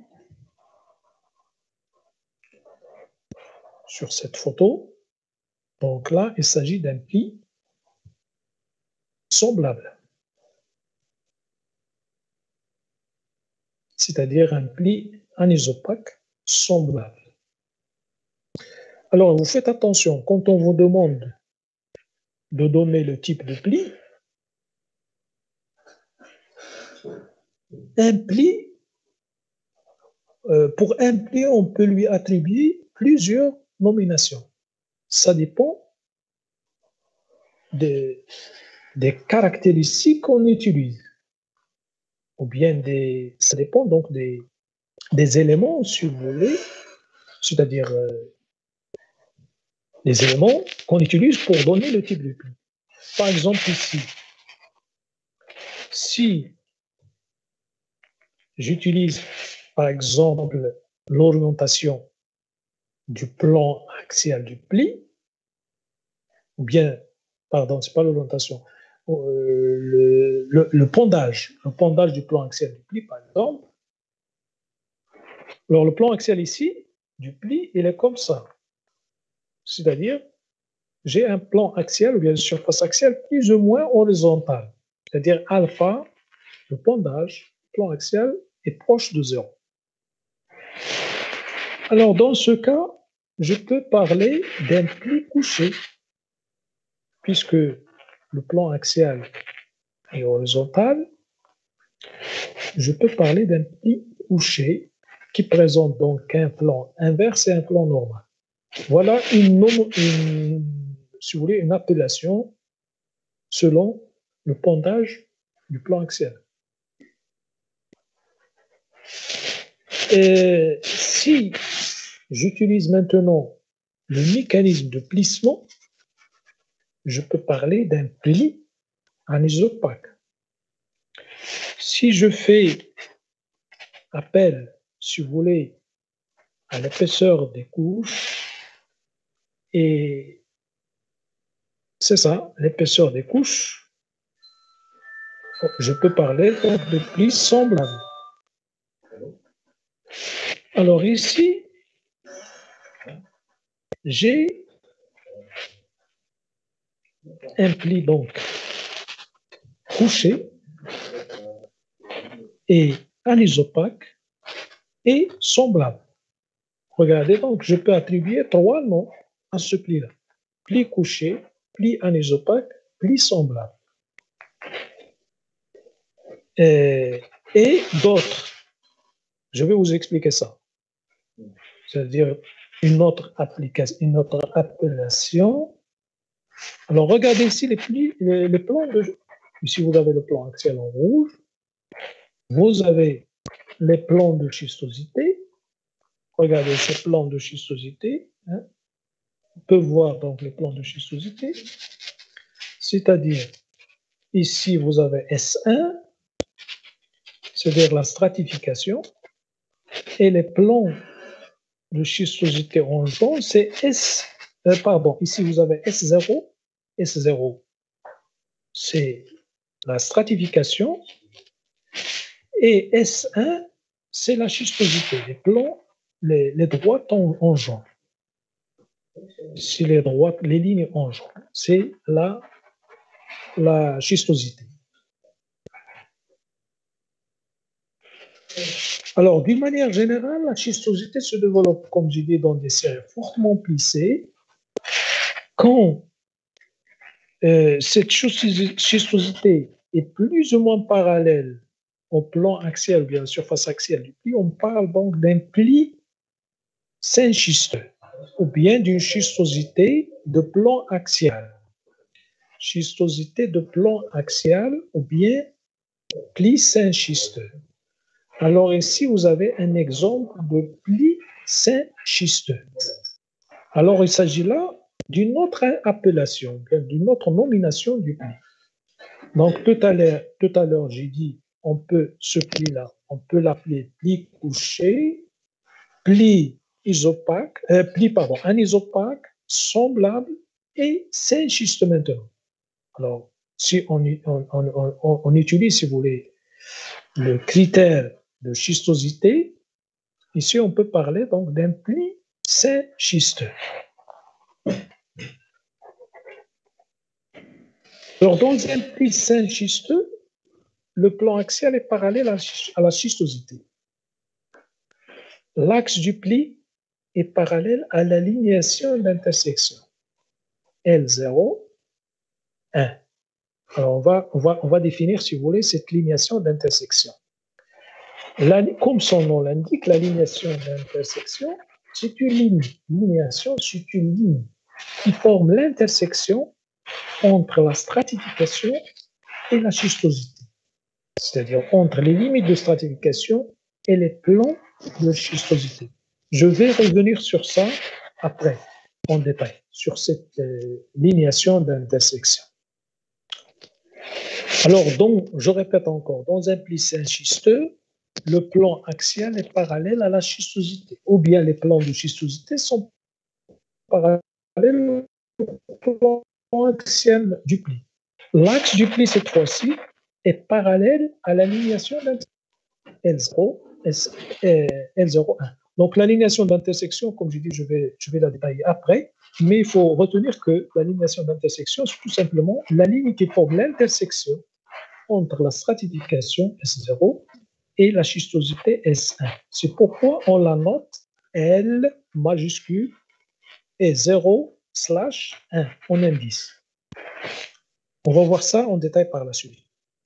Alors, ces propriétés permettent à partir de l'affleurement, d'un affleurement limité, si vous voulez, ou discontinu, d'appréhender rapidement la latitude, si vous voulez, du plan axial et de l'axe et leur variation géométrique. Qu'est-ce que ça veut dire ça? Ça veut dire que parfois, on se trouve devant un affleurement limité, c'est-à-dire un affleurement qui montre par exemple une partie du pli. Et c'est généralement le cas qu'on trouve sur le terrain, parce qu'il ne faut pas s'attendre à trouver sur le terrain des structures complètes, du pli complet avec les deux flancs, avec la charnière, etc., etc. Parfois, on se trouve avec un morceau une partie d'un pli, un flanc, une charnière. On ne peut pas voir le pli en entier. D'accord? Alors, dans ce cas-là, et si on a de la chance d'avoir, si vous voulez, un pli avec des plans de schistosité, alors on peut utiliser, si vous voulez, c'est le comportement des plans de schistosité, les caractéristiques donc, des plans de schistosité par rapport au plan axial et par rapport à l'axe du pli pour déterminer, si vous voulez, la géométrie du pli et déterminer également le type de pli.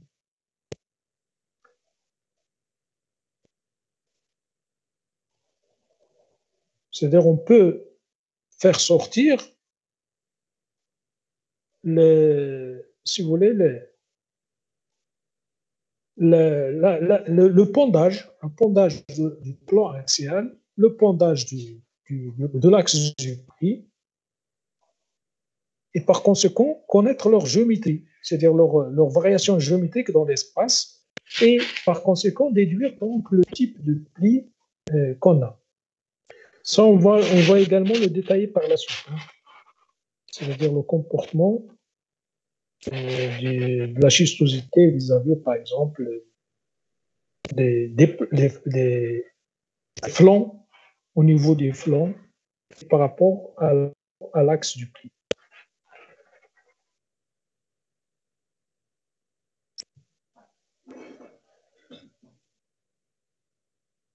Alors ici également, j'ai un exemple, par exemple, quand on a des mégaplis, charnières non visibles, par exemple. En certains cas, on a des plis avec une charnière non visible, c'est-à-dire cachée ou bien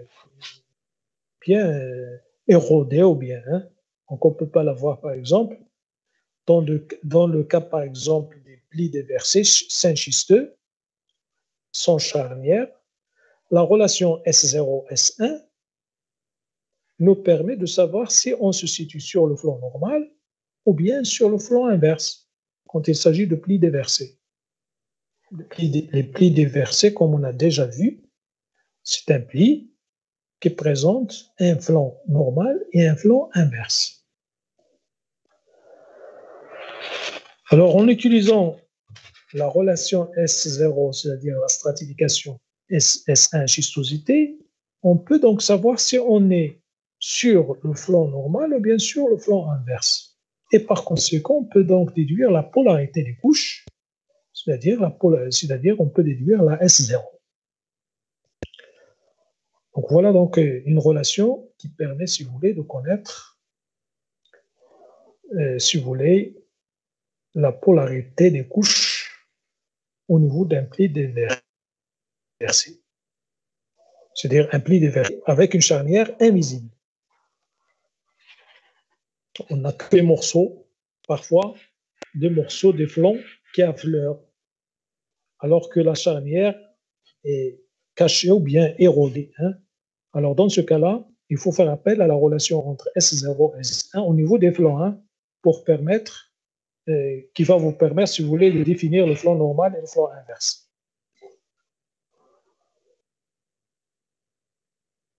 Vous avez sur ce schéma-là, sur cette figure, donc ici en haut, vous avez ici, vous avez donc votre pli. Il s'agit ici d'un pli déversé, bien sûr. Vous avez le flanc normal, le flanc inverse. Vous avez la S0 ici, limite de stabilification, et vous avez la S1, c'est ces plans matérialisés ici en trait noir, en tiré noir ici. C'est les plans S1, c'est-à-dire la schistosité, c'est indiqué ici, S1, ici S0, ici S0 également, S0 également. Alors, si on regarde maintenant au niveau du flanc normal ici, c'est ce qu'on a agrandi ici sur cette figure-là. Regardez cette partie-là, on l'a agrandi ici. Alors, vous avez ici S0. S0, c'est les traits noirs, les limites de banc. Et S1 ici, c'est les tirets noirs, c'est la schistosité, les plans de schistosité. Je vais les refaire. Voilà, vous avez la S0 en rouge, vous avez la S1 en bleu. Même chose ici, S0 en rouge et S1 en bleu. Alors regardez ici le pondage. Maintenant, on va jouer sur le pondage.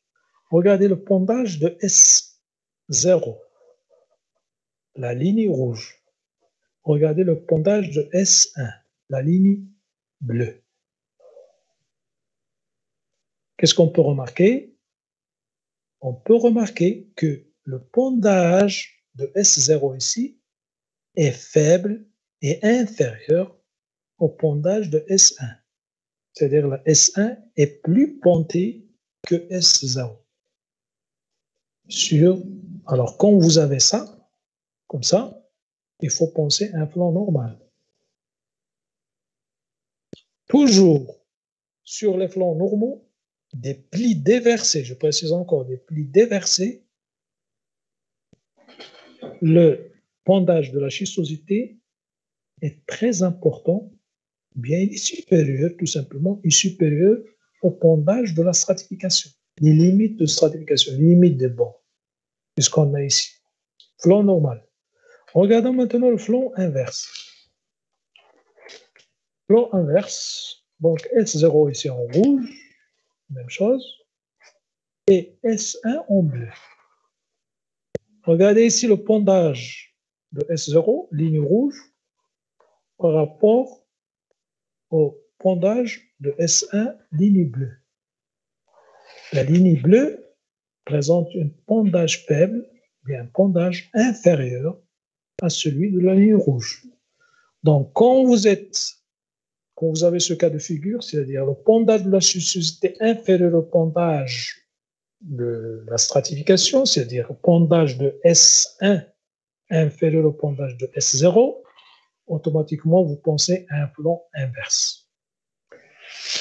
Comme ça, donc, vous pouvez reconstituer la géométrie de votre pli déversé au cas où, si vous avez un pli avec une charnière absente, érodée ou bien cachée. Alors et si vous avez bien sûr des plans de schistosité, vous pouvez donc faire la reconstitution géométrique de votre pli tout en utilisant la relation S1, S0 sur les deux flancs qui affleurent, flanc normal, flanc. Et quand vous connaissez donc le flanc normal du flanc inverse, vous pouvez dessiner votre pli facilement. Voilà donc en ce qui concerne, si vous voulez, relation S0, S1. Alors, les marqueurs maintenant de l'allongement, l'alignation. Marqueur de l'allongement, bien l'alignation.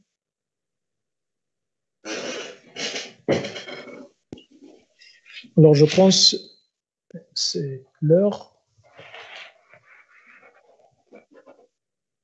Alors, je vais arrêter.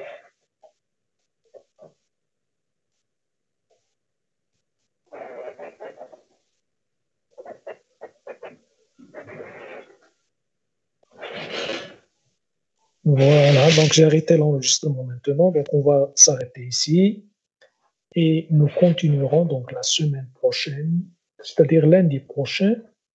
Mais vous faites attention à l'heure, hein, à l'horaire. Peut-être il va y avoir des changements, c'est-à-dire on va revenir à l'horaire, si vous voulez, avant Ramadan. Vous faites attention donc à la... de toute façon, je vais envoyer un message, je vais vous indiquer l'heure du commencement, si vous voulez, de la science du cours. Maintenant, on va passer à la discussion. Donc, si vous avez des questions, je suis à votre disposition. Des questions sur ce qu'on vient de voir et des questions sur ce qu'on a déjà vu, si vous avez des choses qu'on n'avait pas compris. C'est l'occasion donc de vous poser des questions.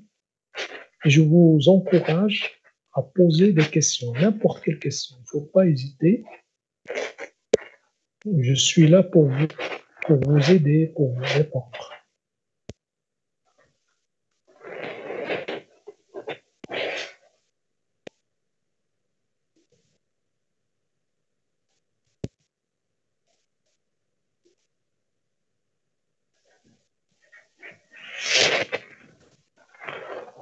Alors, vous avez des questions, non?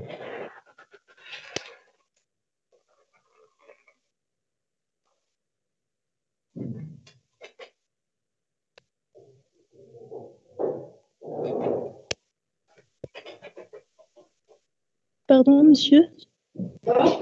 Oui. Oui, je vous entends. Concernant les dernières diapositives, je n'arrive pas à comprendre comment à partir de pondage, on peut définir ou bien connaître les plis. La dernière diapositive, c'est-à-dire là où j'ai expliqué la relation S0, S1. C'est simple. J'ai dit parfois sur le terrain, on a des plis. Mais un pli dont, par exemple, la charnière est cachée, il est invisible. Peut être caché par d'autres terrains, notamment le quaternaire, peut être érodé. Donc, il ne reste de notre pli que des morceaux de flanc. Des flancs. Et surtout, quand il s'agit de flancs, je parle ici de plis déversés. Hein. Quand il s'agit de plis déversés, on peut appliquer cette méthode. Et quand on a bien sûr un pli avec des plans de schistosité, quand on a la présence de la schistosité qui accompagne le plissement. D'accord? Alors, quand on a que des morceaux, des parties de flanc qui affleurent, avec des plans de schistosité, on peut connaître la géométrie du pli, c'est-à-dire on peut refaire la reconstitution de notre pli. Comment? C'est-à-dire on peut distinguer le flanc inverse du flanc normal du pli. Parce que pour dessiner le flanc, il faut absolument connaître ces flancs. Pour dire que le pli, par exemple, il s'agit... Parce qu'on peut avoir une forme antiforme, comme on peut avoir une forme synforme. Donc, il faut trancher, il faut connaître ça. C'est-à-dire, il faut connaître le flanc inverse du flanc normal. D'accord? Alors, pour connaître ça, on utilise la relation entre la schistosité, c'est-à-dire S1, et la stratification S0. Alors, on examine le pondage de la schistosité au niveau de chaque affleurement, au niveau de chaque flanc. Si on a sur un flanc, par exemple, on a le pondage de la stratification, il est supérieur au pondage de la schistosité, alors là, on peut dire qu'on est sur le flanc normal. Quand c'est le contraire, c'est-à-dire on a la S1 présente un pendage fort supérieur à celui de la stratification S0, alors là, on est sur un flanc inverse. C'est facile à connaître, hein, et c'est facile à déterminer.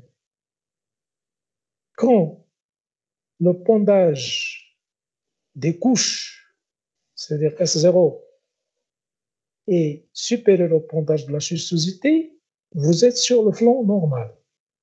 Quand le pendage des couches est supérieur à celui de la schistosité, vous êtes sur le flanc inverse.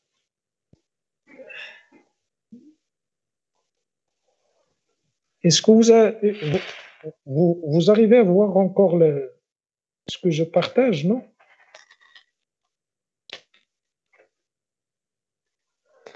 Est-ce que vous arrivez à voir le partage? Oui, monsieur. Oui ou non? Oui, monsieur. Oui. Oui. Voilà, donc vous avez la figure ici. Regardez sur le flanc inverse, le flanc normal ici. Le pendage, ici, la ligne rouge, c'est la S0, présente un pendage inférieur à celui de la schistosité. Ici, la ligne bleue. Ici, c'est le contraire. La ligne rouge, c'est-à-dire la stratification, présente un pendage fort supérieur à celui de la schistosité. Il s'agit là de flanc inverse, ici, flanc normal. C'est ce que vous avez sur la... Regardez ici le pli. Vous avez le pli, vous avez le flanc normal et le flanc inverse. C'est simple à déterminer. Ici, il faut faire attention. Je vous explique ça, je vous ai dit que, c'est-à-dire pour déterminer, si vous voulez, la géométrie du pli, on peut utiliser ça. Mais dans quel cas? C'est lorsque, par exemple, il n'y a pas de charnière de pli. Sur le terrain, on trouve des morceaux de flanc sans charnière. Alors, dans ce cas-là, on ne peut pas déterminer, c'est-à-dire dessiner, si vous voulez, la géométrie du pli. Pour la dessiner, pour connaître le flanc normal du flanc inverse, on utilise la relation entre S1 et S0. Mais quand on a le pli devant nous, ce n'est pas la peine de chercher la relation. C'est pas la peine. On connaît, on voit le flanc inverse et le flanc normal, donc c'est pas nécessaire donc de faire appel à cette relation pour déterminer le type de pli. Est-ce que vous avez compris? On utilise ça quand la charnière, par exemple, manque. Il n'y a que des morceaux qui affleurent. Un affleure ici, un autre affleure ici, donc on ne peut pas savoir lequel le flanc inverse, lequel flanc normal. On fait appel donc à cette relation, mais il faut avoir également le plan de schistosité, bien sûr. Il faut que le pli soit schistosé. D'accord? Donc, est-ce que vous avez compris? Oui, monsieur, merci beaucoup. Voilà. Alors, est-ce que vous avez d'autres questions?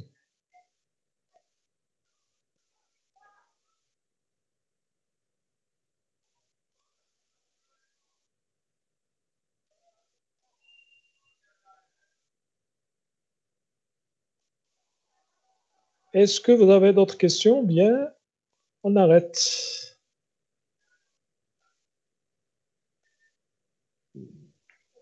J'ai voulu vous faire un peu la correction. Si vous voulez, on peut la voir tout de suite, hein, la correction de l'examen. Premier contrôle. Vous voulez qu'on voit ça tout de suite? Non, monsieur.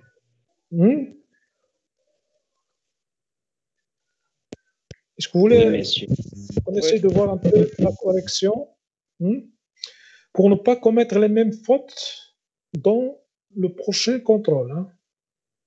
Oui, Donc, monsieur. il faut faire attention. J'espère que vous avez bien travaillé le premier contrôle, hein? Alors, je vais essayer de vous partager ça tout de suite.